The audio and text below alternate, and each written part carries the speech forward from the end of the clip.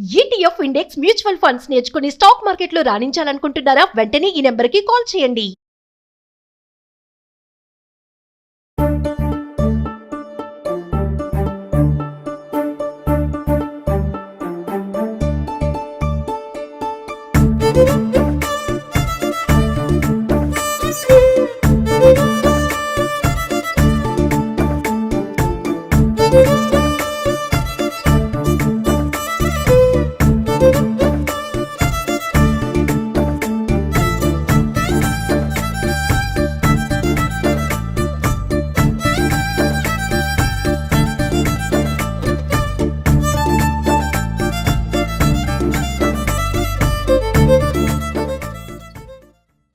Suman TV ప్రేక్షకులందరికీ సంక్రాంతి శుభాకాంక్షలు. సంక్రాంతి సందర్భంగా రమగారు మనకి పిండి వంటలు చేసి చూపిస్తున్నారు. అవి కూడా అరిసెలు, చక్కినాలు. మరి అరిసెలు ఆల్రెడీ చేసి చూపించేసాము, చక్కినాలు ఈరోజు చేస్తున్నాము. ఎలా చేసుకోవాలి, దీనికి సంబంధించిన రెసిపీ ఏంటి, ఇవన్నీ కూడా తెలుసుకుందాం. నమస్తే రమగారు. నమస్తే జయ, సంక్రాంతి శుభాకాంక్షలు. మీకు కూడా సంక్రాంతి శుభాకాంక్షలు రమగారు. అరిసెలు చేసి చూపించాం మనం ముందుగా ఒక వీడియో. బాగా వచ్చాయి, కరకరలాడుతూ భలే ఉన్నాయి రమగారు. టేస్ట్ మాత్రం బాగా వచ్చినాయి. అందరు చెయ్యి పడేసరికి ఇంకా బాగున్నట్లున్నాయి. రైట్, నెక్స్ట్ ఇప్పుడు ఏంటండి? చక్రాలు, అదే ఏమంటారు దాన్ని, చక్రాలు, చక్కిలాలు, జంతికలు అంటారా? జంతికలు అంటే ఏమో శనగపిండితో చేసేవి. ఓకే. ఇది మనం బియ్యపిండితో చేసి చక్రాలు. ఈ చక్రాలకి ఏంటంటే మినపప్పు, బియ్యపిండి. చక్రాలు అంటాం. చక్రాలే పోనీ, అలాగేనండి, అంతే. ఇవి ఎలా అంటే 2-3 రకాలుగా చేసుకోవచ్చు. 1 గ్లాసు మినపప్పు, 3 గ్లాసుల బియ్యం. గ్లాసు మినపప్పు, 3 గ్లాసుల బియ్యం. 3 గ్లాసుల బియ్యం. దీన్ని మిక్సీలో వేసి పట్టుకోవచ్చు, లేదా మనం గిర్నీకి మనం ఈ పిండి పట్టించుకుంటాం కదా, అక్కడే పిండి మరకి పంపించేసి పట్టించేసి పెట్టుకుంటే ఎప్పుడు కావాలంటే అప్పుడు చేసుకోవచ్చు. ఓకే. మెథడ్స్లో రెండో భాగం ఏంటంటే మినపప్పును వేయించిన మినపప్పును మెత్తగా పట్టేసి అది 3 బియ్య పిండి కలుపుకోవచ్చు. అదొక మెథడ్. మూడో మెథడ్ ఏంటంటే మినపప్పుని చక్కగా నానబెట్టి ఉడకబెట్టేసి ఉడికించిన పప్పుని మెత్తగా గ్రైండ్ చేసేసి 1 గ్లాసు మినపప్పు అయితే 3 గ్లాసులు బియ్యపిండి. బియ్యపిండిని కలిపేసుకోవటం, ఆ ఉడికిన మెత్త పదార్థము ఇది కలిపేసి చక్రాలు చేసుకోవచ్చు. ఇప్పుడు ఈ 3 రకాలు కూడా మనకు ఒక 10-15 రోజులు ఉంటాయండి, నిలవ ఉంటాయి. ఉంటాయి, శుభ్రంగా ఉంటాయి. అయితే ఇందులో బాగా నిలవ పెట్టుకోగలిగే పిండి ఏంటంటే పచ్చిది. 1 గ్లాస్ మినపప్పు, 3 గ్లాసులు బియ్యము వేస్తే మీరు ఈజీ ఏంటంటే 1 చక్రాలు చేసుకోవచ్చు. ఎప్పుడైనా అత్యవసరం అయితే నీళ్ళు పోసి చక్కగా కలిపేసుకుని కమ్మటి అట్లు కూడా పోసుకోవచ్చు. ఆ పిండి ఫ్రిడ్జ్లో పెట్టుకోవచ్చు. ఎప్పుడు కావాలంటే ఫ్రిడ్జ్లో డబ్బాలో పోసి అల్మార్లో పెట్టుకున్నా ఉంటుంది, పిండి నిల్వ ఉంటుంది. నేను ఎప్పటికప్పుడు అలా పట్టించి పెట్టుకుంటా. ఇక 1 మినపప్పు, 3 బియ్యము వేసి కలిపేసాం ఈ పిండి. దీంట్లో ఏంటంటే కారం వెయ్యము, ఉప్పు, తర్వాత ఏమో నువ్వులు, ఇంగువ. ఓకే. కొంతమంది వాము కూడా వేసుకుంటారు. వాము వేసుకుంటారు. జనరల్గా వాము ఒక స్పెసిఫిక్ రీజన్ తోటి వేస్తాం, డైజెషన్ కోసం. బియ్యపిండి, మినపప్పులో డైజెషన్కి పెద్ద సమస్య ఉండదు, అందుకని శనగపిండి, వాము మంచి కాంబినేషన్. బియ్యపిండికి పెద్దగా అవసరం లేదు. సరే, దీన్ని ఏం చేయాలంటే ముందు పిండి కలుపుకునే ముందే స్టవ్ వెలిగించేసుకోవాలి. తగ్గించిన ఉండని నూనె కాగాలి మనకి. ఇదేంటంటే పిండి కలిపేసుకోవటం, చెక్క ఒత్తేసుకోవటమే. ఇది మన మామూలు ఇవి జంతికలు కొట్టం ఉంటుంది కదా, చక్రాల గిద్దలు జయ భాషలో, మా భాషలో జంతికలు కొట్టం. ఇంకా ఏమిటో పేర్లు ఉంటాయి, చక్లీలు అలాంటి పేరు ఉంటుంది, ఎలా అలవాటు ఉంటే అట్లా. ఇందులో ఏంటంటే సింగిల్ స్టార్ పెట్టాను. స్టార్ పెట్టుకోవచ్చు. ఇది మరీ లావుగా ఉందనుకోండి, అప్పుడు 3 చుక్కలు ఉంటుంది కదా, 3 హోల్స్ ఉండేది, అది కూడా పెట్టుకోవచ్చు. అవి చేసుకోవచ్చు, ఇది చేసుకోవచ్చు. ఈ పిండిలో మనం ఇంకా వెన్న, నెయ్యి అలా ఏం వేయం. ఈ కాగిన నూనె 2 గరిటెల నూనె పోసుకోవాలి. ఇందులో పోసి కలిపేసుకుంటే అప్పుడు అది చక్కగా మనకి మొరమొరలాడుతూ వస్తే రుచి బాగుంటుంది అనమాట. కాగిపోతున్న నూనెని పోసుకుని ఆ కాగిన నూనె పోస్తే పిండిలో మనం ఏం చేయాలి, నువ్వుపప్పు, ఉప్పు, ఇంగువ వేసేసుకోవటమేనా? 3 వేసేసుకోవాలి. అన్నీ ఎక్కడ పడుతుంది. 1 స్పూన్ నువ్వుపప్పు, ఓకే, 1 ముప్పావు స్పూన్ ఉప్పు పడుతుంది. ఉప్పు మనం చూసి వేసుకోవచ్చు, చాలు. అయిందా? ఇంగువని పాలు తీసి పోయాలంటారు. పాల ఇంగువని దొరుకుతుంది, చిన్న వాటిలా ఉంటుంది కదా, అది నీళ్ళల్లో వేసి కాసేపు పట్టి పెడితే అప్పుడు ఏమైతే మొత్తం కరిగిపోతుంది. ఇప్పుడు ఈ ఇంగువలు ఇప్పుడు వాడుకుంటామా, ఇందులో మనకి దుమ్ము ఎక్కువగా అంటే రకరకాల పదార్థాలు కలుపుతారు. నీళ్ళల్లో వేసి పెట్టుకుందాము, ఒక 5 నిమిషాలు నాననిస్తే ఇంగువ పాలు పోయటం అని చెప్తారు. ఆ పాలే పోసుకుని ఆ నీళ్ళు పోసుకుని కలిపేసుకుంటాం అనమాట. కప్పులో వేసి నీళ్ళు పోసి పెట్టు. అట్లాగే వేసేసాం కదా, నూనె కూడా కాగిపోయింది.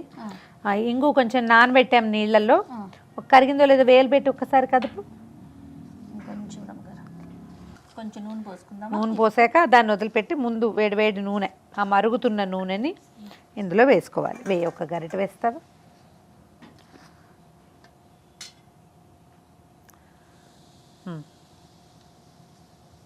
ఇంకొక గరిటె.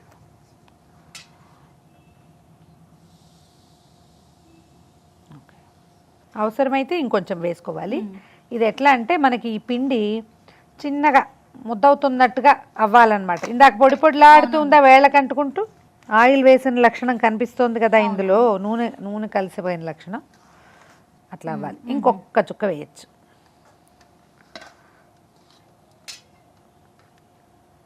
పోసి చాలు, సరిపోతుంది. ఇలా అయితే ఇది బాగా వస్తాయి, మొరమొరలాడుతూ వస్తాయి, కరకరలాడుతాయి, బాగా చక్కగా గుల్లబారుతాయి అన్నమాట. రుచి బాగుంటుంది. ఇందులో అల్లం పచ్చిమిర్చి అవి కావాలంటే వేసుకోవచ్చు, కానీ ఇదొక రకం. ఈ పిల్లలు పెద్దవాళ్ళు అందరూ తినచ్చు, ఏమి ఇబ్బంది చేయదు. కారం అసలు లేదు, చక్కగా తెల్లగా వస్తాయి అన్నమాట. ఇప్పుడు ఆ ఇంగు పాలు పోసేసి ఇగో ఇప్పుడు చూద్దాం. ఇది చూడు, కరెక్ట్గా వచ్చేస్తుంది. ఇది కరెక్ట్. ఇంగుతో సహా పోసేనండి, పెద్ద ఏం లేదుగా. లైట్గా కొంచెం ఒకసారి నీళ్ళు ఇంగు పోసి వేసి చూడండి. ఎప్పుడు వేసిన అలవాటు లేకపోతే ట్రై చేసి చూడండి, చాలా రుచిగా ఉంటుంది, మంచి వాసన వస్తుంది. వేయాది కూడా చాలు. నీళ్ళు పోస్తావా కాస్త కలపడానికి. మనం వీటిని చక్రాల్లో దాంట్లో వేసుకుంటాం కదా, దానికి సరిపడా నీళ్ళు పోసి కలుపుకోవాలి. పోసే నీళ్ళు పోయి ఏం కాదు, భయం లేదు. పడతాయి. ఇంకా దీనికి కొలత ఏం లేదండి, మనం వాడిన బియ్యాన్ని బట్టి. ఇది కూడా మనం కోటా రైస్ తోటి పట్టించుకుంటే కూడా బాగానే ఉంటుంది. దానికి ఏం చేయాలంటే మినపప్పు బియ్యము మరీ పచ్చివి పోసుకోకుండా ఒక్కసారి గబగబా శుభ్రంగా కడిగేసి ఎండలో పోసేయండి ఒక రోజంతా. మర్నాడు పట్టించుకుంటే మనకి ఇందులో అశుభ్రము అనుమానము ఏమీ లేకుండా ఉంటుంది అనమాట. ఇదిగో ఇట్లా కలుపుకోవాలి. కలుపుకోవటం అంతే, ఆ మాత్రం లూజ్ లేకపోతే మనం దీంట్లో పెట్టలేకపోతాం. వీటిని నూనె ఎలాగో వేడిగానే ఉంది, కొద్దిగా గ్రీజ్ చేసి వీటికి కొంచెం నూనె అంటించుకోవటము. మనం ఎలా కావాలంటే అట్లా చేయొచ్చు అనమాట. మనం స్టార్ చేసుకుంటామా లేకపోతే 3 హోల్స్ ఉన్నది పెట్టుకుంటామా అనేది మన ఇష్టం. చాలు. దీంట్లో డైరెక్ట్గా ఇందులోకే పెట్టుకుంటే అంటే పొయ్యి మీదకే పిండటం ఒక పద్ధతి. పొయ్యి మీద కాదు, మనం పక్కన 2 మనుషులు ఉంటే మనకి ఈజీ. ఒకళ్ళు ఉంటే ఒక రకం, రెండో మనిషి ఉన్నారనుకోండి ఒకళ్ళు పిండుతారు, మనం ఇంకొకళ్ళు వేయించవచ్చు, ఈజీగా ఉంటుంది. చూడండి ఇక్కడ చిన్నవి మనకి ఎంత చుట్ట కావాలంటే అంత చుట్టేసుకోవటం చకచక. స్టవ్ మీదకి మనం చేయగలిగామనుకో, అలవాటు ఉంటే హాయిగా ఉంటుంది. ఇదేమి సతాయించదు ఈ పిండి. మినపిండి ఉంది కాబట్టి ఒట్టి బియ్య పిండి అనుకో మన కాల్చుకు తినేస్తుంది, అది విరిగిపోతుంటాయి ముక్కలు. దీంతో ఏ గోళ లేదు. దీన్ని మళ్ళీ ఈజీగా పడిపోతుంది. దీన్ని మనం టంగుమని కలుపుకున్నాం అనుకో పడదు ఎప్పటికీ. ఇవి మనం ప్లేట్ మీదకి తీసుకుంటే ఏంటంటే ఈజీ, ఇందులో నుంచి మనం ఇక్కడ ట్రాన్స్ఫర్ చేయటం కష్టం లేకుండా ఉంటుంది అనమాట. ఇందులోనే పిండుతాను చూడు. అట్లాగూ ఇలాగూ కూడా 2 రకాలుగాను చేసుకోవచ్చు.